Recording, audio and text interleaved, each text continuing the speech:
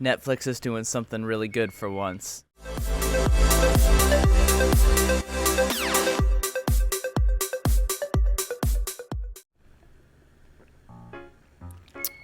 What is good, everybody? Richie here, and welcome back to the channel. Before we dive right into things, be sure to smash that like button.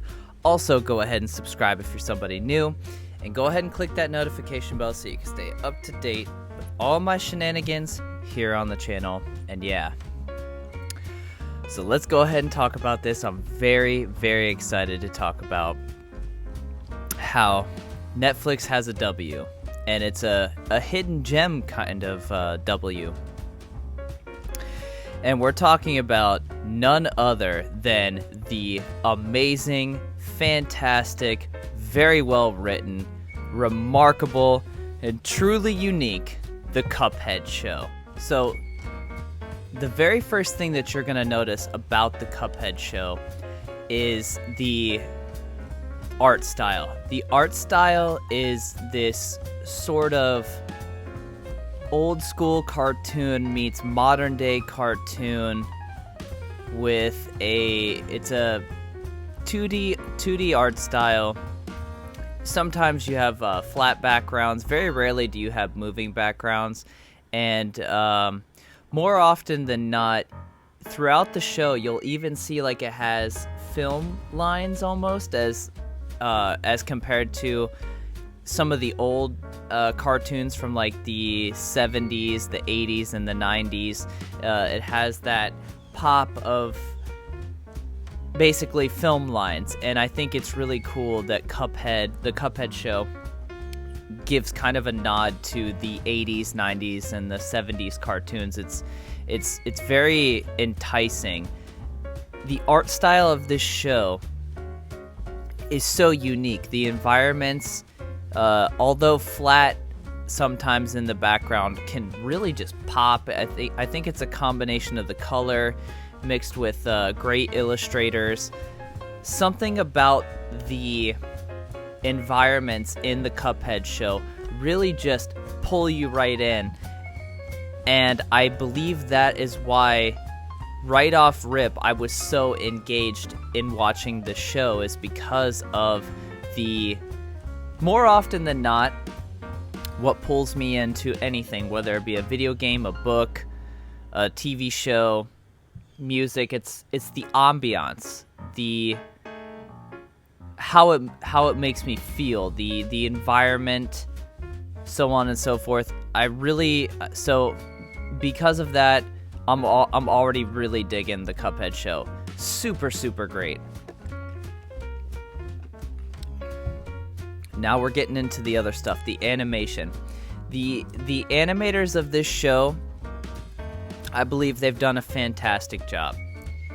Everything just moves so smoothly. I don't know really much about what it takes to be an animator, but as I'm watching this show, I'm getting these nostalgic feelings of watching the Looney Tunes back in the day.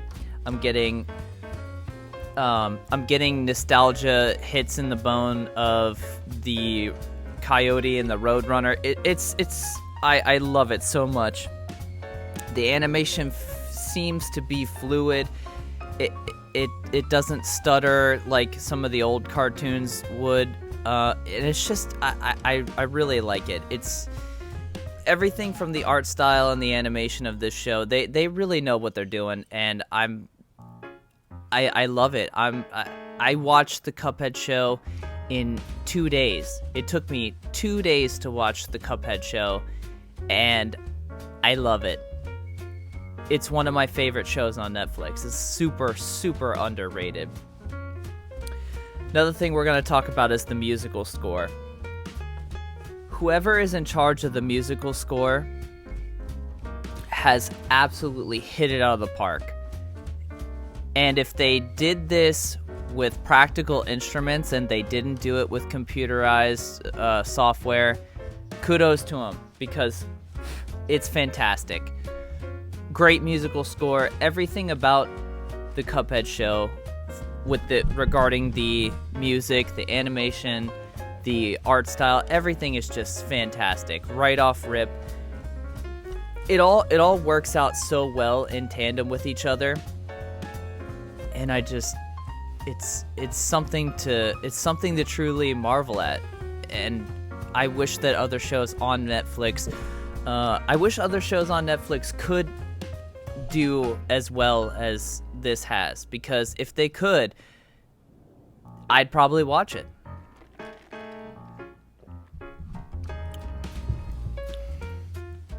Now, the story of the Cuphead show is nothing really to write home about. The overarching story is that Cuphead owes the devil his soul, and him and Mugman throughout the entire 2 seasons are basically just living their lives, being brothers, doing what brothers do. They live at home with their elder kettle, and they really don't give a crap about the devil. Several times throughout every single episode in the Cuphead show is an episode on its own. Has like these little life lessons that you learn per episode, and it's so cool. And the overarching story is that the devil the devil's trying to get Cuphead's soul, and Cuphead and Mugman are doing their best to avoid that whatsoever. And the funny thing is that they're not even really trying. And I think that's the whole funny thing about it, is that they're just living their lives, and the devil is genuinely pissed off that he cannot get Cuphead's soul when he's taken so many. And I don't know, it's pretty comical. Like I said, the overarching story, nothing really to write home about. It does sort of leave you on a cliffhanger. No spoilers here, but it does leave you on a cliffhanger. So obviously there's going to be a season 3, and I'm super stoked to see how it turns out. And the voice actors, they got the cream of the crop as far as voice actors go. Cuphead and Mugman, they kind of give me that sort of 1920s and 30s, like newsboy type of voice, where they talk really fast. Step right up, get the whatever, however it goes.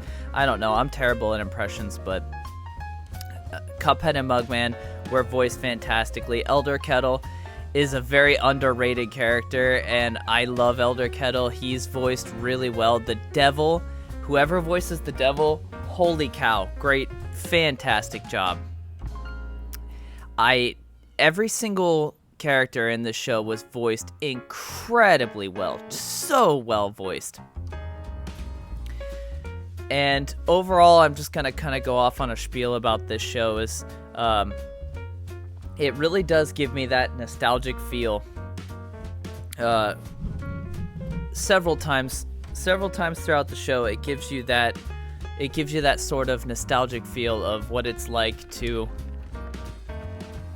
be a kid watching cartoons back in the day. There was an episode where Elder Kettle tries to get Cuphead and Mugman to take a family photo. And Cuphead and Mugman are constantly fighting and bickering and beating each other up, and it just reminded me of what it was like when I was growing up with my brothers on family photo day. We would be fighting so hard to get we would be fighting so hard, us as brothers, me and my 2 brothers. We would all be arguing and, hitting each other and punching each other, and my parents would just want so desperately to get a good family photo. And it's something that is just, it's so true. It's so true that on family, it kind of gives you that perspective on family photo day. When you see all the smiling faces in the photo, chances are that day everybody was arguing, everybody was bickering, there was probably a fist fight, who knows. But I love the way that they touch on that, and there's so many great episodes throughout. The whole show is fantastic. Chalice, Miss Chalice, really great character. Love her. I want to know more about Chalice and how she's gonna progress with the story. I'm looking forward to season 3. Hopefully it comes out relatively soon, because I wanna see how it ends up, because it's great. If they keep giving more of this, I'm gonna be in awe. You know, it's something that I want, and I can't wait to see how the Cuphead story ends. And with Netflix constantly doing these stupid live adaptations of, you know, the Rurouni Kenshin show and all these other Cowboy Bebop and other stuff like this, if they focus on more stuff like the Cuphead show, I feel like they're gonna do a way better job. And just in case you are not aware, the Cuphead show is not I mean, obviously kids could watch this show for sure, but the humor and everything in it, I feel, is way more for adults. If you're skeptical or don't like cartoons or whatever it is, I would highly recommend that you give this show a chance. It's a fantastic cartoon. The humor is fantastic. The writers are great. The story's good. The episodes per themselves are great. Overall, absolutely superb show. So, based on the animation, the art style, the voice actors, the musical score, and the story, I no surprise, I'm going to give this show a 5 out of 5. If you haven't seen the Cuphead show, highly recommend that you watch it. If you don't like cartoons, this one might be for you, because this one has a lot of hidden humor that a lot of people will appreciate. But yeah, so I don't know. Anyways, guys, that's the video. Thank you again so much for listening and watching, and I will catch you on the next one. Peace.